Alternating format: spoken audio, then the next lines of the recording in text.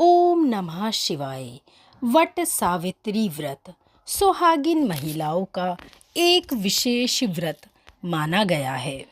2024 में वट सावित्री व्रत 6 जून 2024 दिन गुरुवार को रखा जाएगा।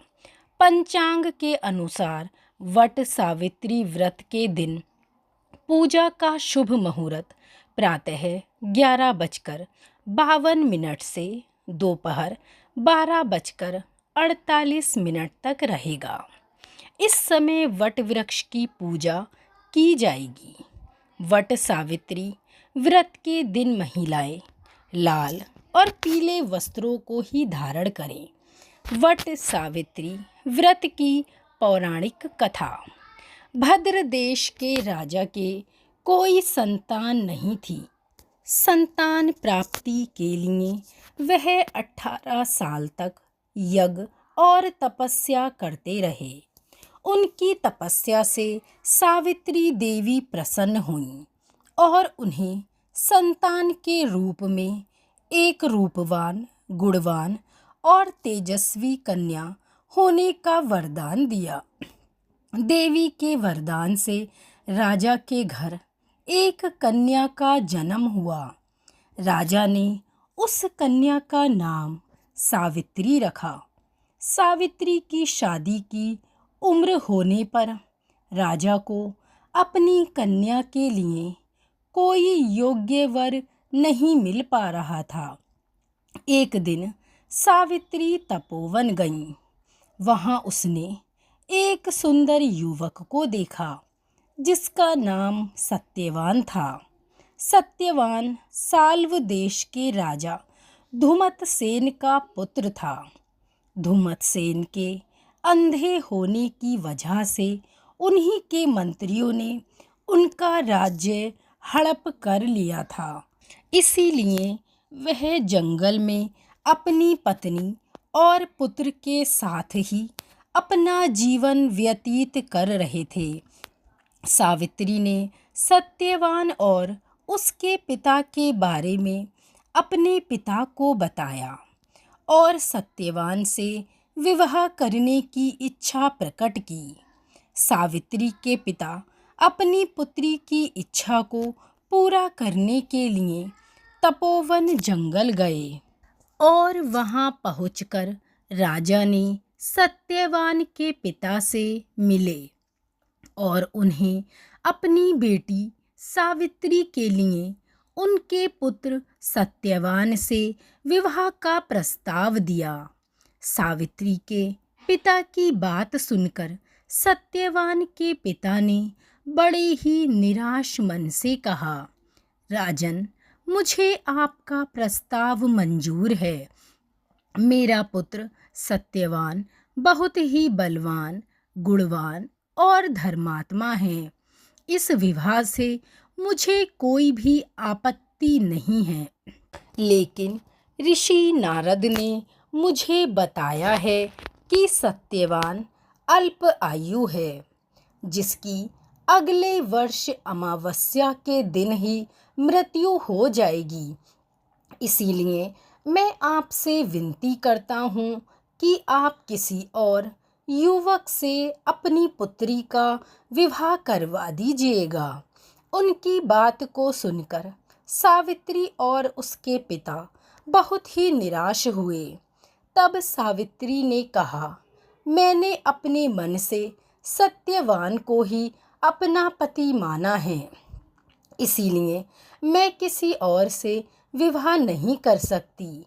सावित्री की जिद के आगे सबको झुकना पड़ा। सावित्री और सत्यवान का विवाह हो गया। विवाह के उपरांत सावित्री पूरे तन मन से अपने पति सत्यवान और सास ससुर की सेवा करने लगी।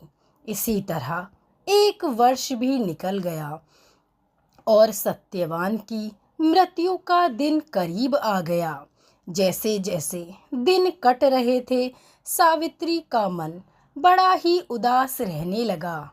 ऋषि नारद ने सावित्री को बताया कि अमावस्या के 3 दिन पहले देवी सावित्री का उपवास करने और वट के पेड़ की पूजा करने से सत्यवान की आयु को बढ़ाया जा सकता है। नारद जी के कहे अनुसार सावित्री ने सत्यवान की मृत्यु वाले दिन से 3 दिन पहले देवी सावित्री के नाम का उपवास किया और वट के पेड़ की विधि विधान से पूजा करने लगी। साथ ही वह अपने पितरों का भी श्रद्धा पूर्वक पूजन करने लगी। देखते देखते धीरे धीरे 3 दिन व्यतीत हो गए और अमावस्या का दिन भी आ गया। रोज की तरह ही अमावस्या के दिन सत्यवान जंगल में लकड़ियां काटने गया। तब सावित्री ने कहा, मैं भी आपके साथ चलूंगी। सावित्री भी सत्यवान के साथ जंगल गई लकड़ियां काटने के लिए। जब सत्यवान पेड़ पर चढ़े तो उनके सिर में अचानक ही बड़ी पीड़ा होने लगी। सत्यवान की बात सुनकर सावित्री समझ गई कि उनकी मृत्यु का समय आ गया है। वहीं जंगल में एक वट के पेड़ के नीचे सत्यवान का सिर अपनी गोद में रखकर वह सहलाने लगी। कुछ ही समय में सावित्री के सामने अनेक यमदूतों के साथ यमराज खड़े थे और वह सत्यवान के प्राण अपने साथ लेकर जाने लगे। तभी सावित्री भी यमराज के पीछे पीछे जाने लगी। यमराज ने सावित्री को बहुत समझाने की कोशिश की। उन्होंने कहा कि यह तो पहले से लिखा हुआ है, मैं तो बस अपना कर्म कर रहा हूँ। लेकिन सावित्री ने यमराज की बात नहीं मानी और वह उनके पीछे पीछे चलती रही। सावित्री की निष्ठा और पति के लिए उनका प्रेम देखकर यमराज बहुत ही प्रसन्न हुए और उन्होंने सावित्री से वर मांगने को कहा। यमराज की बात सुनकर सावित्री ने कहा, हे प्रभु, मेरे सास ससुर अंधे हैं, आप उनकी आंखों की रोशनी वापस करने का वरदान दें। यमराज ने कहा, ठीक है, ऐसा ही होगा, परंतु अब तुम अपने घर जाओ। ऐसा कहने के बाद यमराज फिर आगे बढ़े, परंतु उन्होंने देखा कि सावित्री अभी भी उनके पीछे पीछे चली आ रही हैं। यमराज ने सावित्री को वापस जाने के लिए कहा, लेकिन सावित्री ने इनकार कर दिया। सावित्री ने यमराज से कहा, वह अपने पत्नी व्रत का पालन कर रही हैं, इसीलिए उनके पति जहाँ जाएंगे वह वहीं जाएंगी। सावित्री की इस बात को सुनकर यमराज बड़े ही प्रभावित हुए। उन्होंने सावित्री से एक और वरदान मांगने को कहा। सावित्री ने कहा, मेरे ससुर साल्व देश के राजा थे, लेकिन किसी ने उनका राज्य छीन लिया, उन्हें उनका राज्य वापस दें। यमराज ने सावित्री के इस वरदान को भी पूरा किया और फिर से सत्यवान के प्राण लेकर वह आगे बढ़ने लगे। लेकिन अब भी सावित्री उनके पीछे पीछे ही चल रही थीं। अब यमराज यह देखकर बड़े ही हैरान हो गए। सावित्री से इसका कारण पूछा तो सावित्री ने बताया, एक पत्नी का फर्ज है कि वह वहीं रहेंगी जहां उनका पति रहेगा। सावित्री की बात सुनकर यमराज बहुत ही प्रसन्न हुए और कहा, पुत्री, तुम बहुत ही पतिव्रता हो, इसलिए मैं तुम्हें तीसरा वरदान देने को भी तैयार हूँ, मांगो। तब सावित्री ने कहा, हे प्रभु, यदि आप मुझे कुछ देना चाहते हैं तो मुझे 100 पुत्रों की माँ होने का आशीर्वाद दें। सावित्री के इस वरदान को सुनते ही यमराज ने कहा, पुत्री, अब घर जाओ, मैं तुम्हें तीसरा वरदान भी देता हूँ। तुम 100 साहसी और पराक्रमी पुत्रों की माँ बनोगी। यमराज के इस वरदान को सुनकर सावित्री ने कहा, हे प्रभु, मैं सनातन धर्म को मानने वाली नारी हूँ और आर्य कुल में जन्मी हूँ, इसीलिए मेरी जीवन में एक ही पति होंगे और वह हैं सत्यवान। इसीलिए आपको अपने वरदान को पूरा करने के लिए मेरे पति को जीवित करना होगा, क्योंकि पति के बिना पुत्रों का होना संभव नहीं है।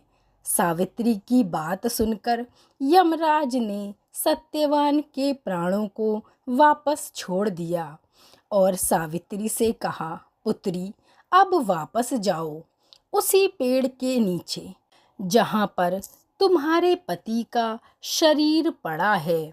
मैंने सत्यवान के प्राणों को छोड़ दिया है और तुम्हें 100 संतानों के साथ ही अखंड सौभाग्यवती होने का वरदान भी दिया है।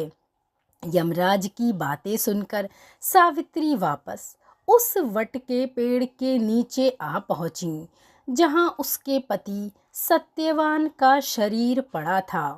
वह सत्यवान के करीब पहुंची और उन्होंने देखा कि सत्यवान जिंदा हो गए हैं। फिर सावित्री और सत्यवान जंगल से बाहर निकले और अपने साल्व देश पहुँचे। वहाँ पहुँचकर सावित्री ने देखा अब उसके ससुर को उनका राज्य वापस मिल गया है और उनकी आँखों की रोशनी भी वापस आ गई है। तभी से हर साल ज्येष्ठ माह की अमावस्या के दिन वह सावित्री व्रत मनाया जाने लगा। इस दिन पूरे विधि विधान से वट के पेड़ की पूजा अर्चना करनी चाहिए और सुहागिन महिलाएं अपने पति की लंबी उम्र की कामना करें, इससे उनका सौभाग्य अखंड रहेगा। तो मेरी सभी सुहागिन महिलाओं को, सभी माताओं बहनों को वट सावित्री की हार्दिक शुभकामनाएं। सभी का सुहाग अटल और अमर रहे। बोलिए वट सावित्री व्रत कथा की जय।